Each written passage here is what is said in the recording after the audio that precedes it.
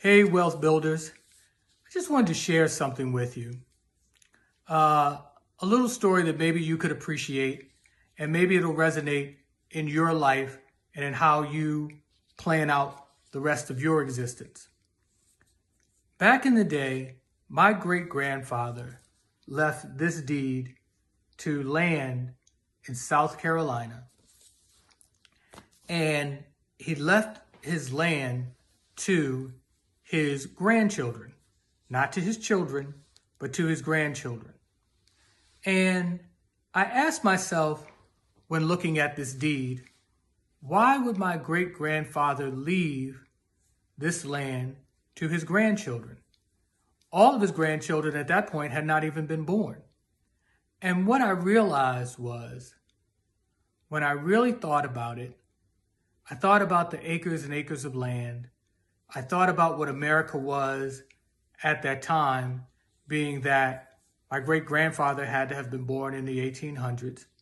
And now here he was in the 1940s, 1950s, toward the end of his life. And he had seen the world for what it was at the time. He had seen America for what it was at the time. Understand that it would still be more than a decade and a half, almost 2 decades, before America would ever even pass a civil rights bill. And so he said, I know what I know. I don't know how to make this land more valuable. And I've met all my grown children, and I know what they know. I've seen what they've done, and they don't know. But maybe the children that are born into my family, maybe they will come across different knowledge, different information.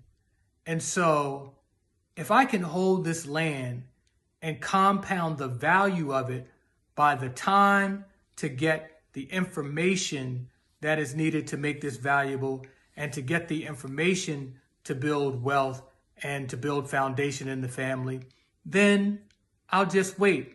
Now, little could he have known that the son whose children he left this land to, when he passed away, and that was my grandfather, who was born in 1915, passed away in 2009, and he had 98 grandchildren, great-grandchildren, great-great-grandchildren, and great-great-grandchildren.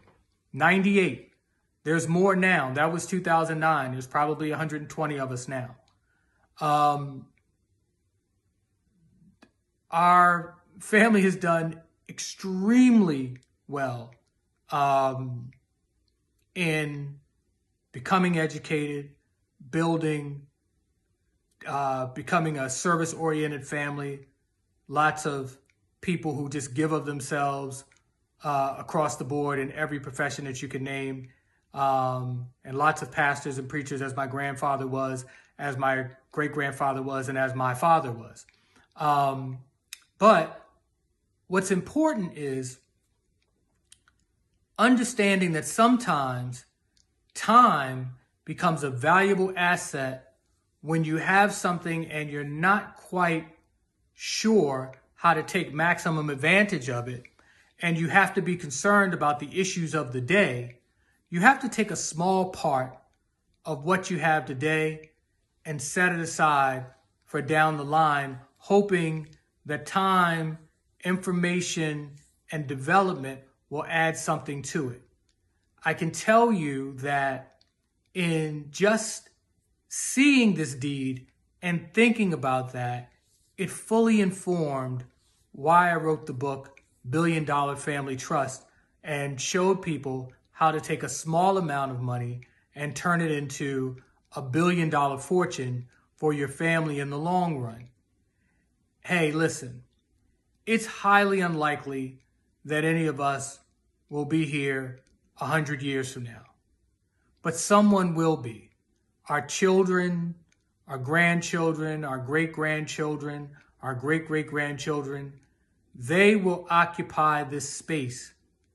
And why not plant a seed now that becomes a forest? And why not make the rules of that forest that you can't chop down the trees, but you can eat all the fruit you want. That, my friends, is the key to sustainable, multi-generational wealth. And I got that from this deed that my grandfather left his grandchildren.